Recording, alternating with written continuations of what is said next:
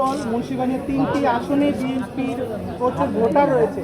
এখানে আপনাকে দল প্রার্থী করেছে। এখানে কিছুক্ষণ আগে স্বতন্ত্র প্রার্থী হিসেবে আরও একজন প্রতিদ্বন্দ্বিতা করার জন্য মনোনয়ন নিয়েছেন। তিনিও বলেছেন যে তারাও বিএনপির আদর্শে বিশ্বাস করে। আপনার অবস্থানটা কি এ বিষয়ে? আপনি এখানে নির্বাচনে স্বতন্ত্র প্রার্থী হোক আর যেই প্রার্থী হোক আপনার সাথে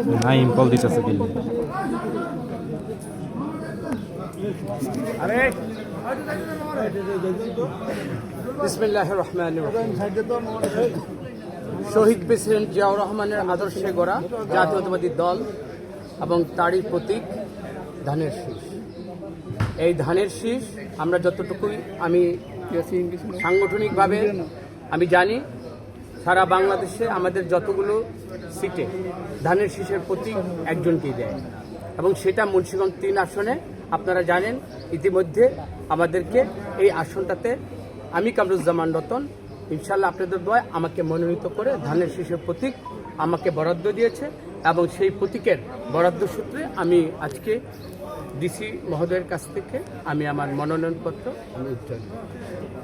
সেইখানে আমি প্রথমে আজকে স্মরণ করছি সেই শহীদদের, যেখানে আজকে আমাদের শহীদ যোদ্ধারা আমার সাথে এসেছে।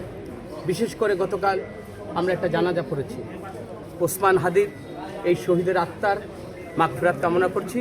এবং আজকে আমার নমিনেশন যে প্রাপ্তির যে আমি যে আজকে স্বাচ্ছন্দ্যে আমি নমিনেশন পেপারটা পেলাম, একটা গণতান্ত্রিক পরিবেশের জন্য, একটা গণতন্ত্রের ভোটের অধিকার প্রয়োগের জন্য আমি ওসমান হাদির প্রতি আমি এবং আমার দল কৃতজ্ঞ।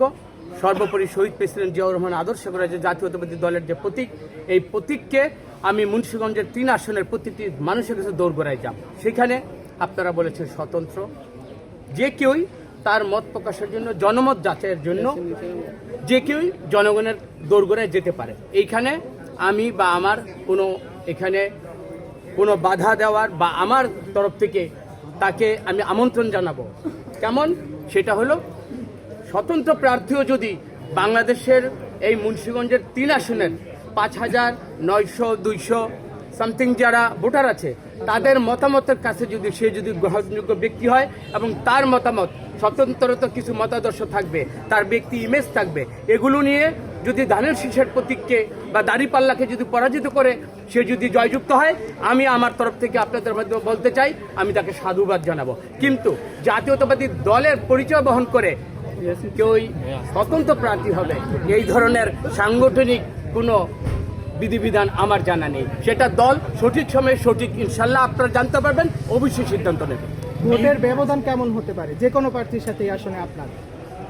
এই ভোটের যে ব্যবধানটা, এটা আমি যখন নির্বাচনে নামবো, তবে ইতিমধ্যে আমি জনগণের মধ্যে বিশেষ করে শ্রেণী মত নির্বিশেষে যাদের মধ্যে আমি গিয়েছি, সেটা মানবিক কাজে বিভিন্ন সামাজিক কর্মকাণ্ডের মাধ্যমে আমি যতটুকু গিয়েছি, সেখানে আমার শহীদ যোদ্ধারা আছে, এখানে আলেম ওলামারা আছেন, এবং হিন্দু, মুসলিম, বৌদ্ধ সমস্ত সম্প্রদায়ের মধ্যে আমি যে বিচরণ করেছি, সেখানে আমি তাদের কাছ থেকে সবসময় আমি দোয়া পেয়েছি। তারা সবসময় সৎ, শিক্ষিত এবং আগামী দিনের মুন্সিগঞ্জকে যেন একটা আত্মনির্ভরশীল, মর্যাদাপূর্ণ, মুন্সিগঞ্জের একটা ঐতিহ্যবাহী একটা ইতিহাস আছে।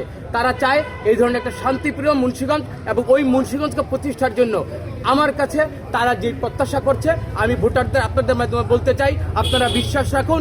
ইনশাল্লাহ আমি এটা আমানত মনে করি। এই আমানতকে আমি পুরো আপনাদের দোয়া নিয়ে, মানুষের ভালোবাসা নিয়ে, ভোটের কি ব্যবধান হবে সেটা আমি বলতে পারবো না, সেটা তো 12 তারিখের ভোটের গণনার পরে আপনারাই দেখবেন। তবে আমি সুষ্ঠু এবং শান্তিপ্রিয় একটা নির্বাচন চাই। আচ্ছা, একটি বিষয় জানতে চাচ্ছি, যদি আপনার দলের সমর্থন, একাংশের সমর্থনে যদি কেউ স্বতন্ত্র প্রার্থী হয়, এতে বিএনপির ভোট ভাগ হতে পারে কিনা, এবং নিজ দলের একাধিক প্রার্থী থাকলে নিজেদের মধ্যে কোন দল কিংবা কোনো অশনি সংকেত দেখেন কিনা, যদি এমন পরিস্থিতি তৈরি হয়, সেটি কি আপনি কিভাবে দেখেন? 17 বছর মানুষের বুকের একটা জ্বালা, আমি ভোট দিতে পারিনি।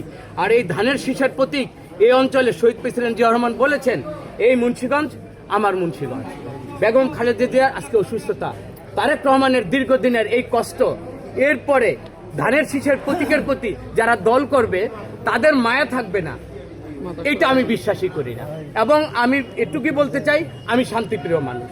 আমি ডিসি মহোদয়কে বলেছি, আমি সমস্ত নির্বাচনে যারা কন্ডাক্টের সাথে জড়িত সবাইকে আমি বলেছি আমাকে মানুষের কাছে যেতে দেন, আমার মানুষ যদি আমাকে গ্রহণ করে আমি সেই রায়টা আমি চাই। আর আমার থেকে যদি বেটার কাউকে যদি পছন্দ করে এই ভোটাররা, ইনশাল্লাহ আমি তাকে প্রথম সাধুবাদ জানাবো। সেইখানে আমি বলতে চাই যে আমি আমার নিরাপত্তার প্রশ্নে আমি আমার স্বাধীনতা চাই, এবং অন্যের কোনো স্বাধীনতায় অন্যের কোনো ভোট চাওয়ার ক্ষেত্রে আমার তরফ থেকে কোনো বাধা থাকবে না। আচ্ছা ভাই, একটা বিষয় যে আমরা জানি যে মুন্সিগঞ্জের মাটি বিএনপির ঘাঁটি, তো এরকম একটা অবস্থায় বর্তমানে বিএনপির প্রতিদ্বন্দ্বী আমরা দেখতে পাচ্ছি যে জামায়াত ইসলামীকে, এবং আপনাদের মাঝে যে আমরা বিগত সময় দেখতেছি যে বিভিন্ন ধরনের অন্তঃকন্দল রয়েছে। আসলে এই পরিস্থিতিতে আপনারা কতটুকু এই বৈতরণী পার হতে পারবেন, এবং জামাতকে আপনারা কীরকমভাবে আপনারা প্রতিদ্বন্দ্বী হিসেবে দেখছেন যদি একটু বলতেন। আমি গণতান্ত্রিক সংগ্রামে আমি সবাইকে আমার অপোনেন্ট মনে করি, সেটা ভোটের মাধ্যমে একটা নিয়মতান্ত্রিক পদ্ধতিতে এবং সুষ্ঠু নির্বাচনে মানুষের মতামতের যে কাঠগড়া, ওই কাঠগড়ায় সবাই দাঁড়িয়ে থাকবে, আমিও দাঁড়িয়ে থাকবো।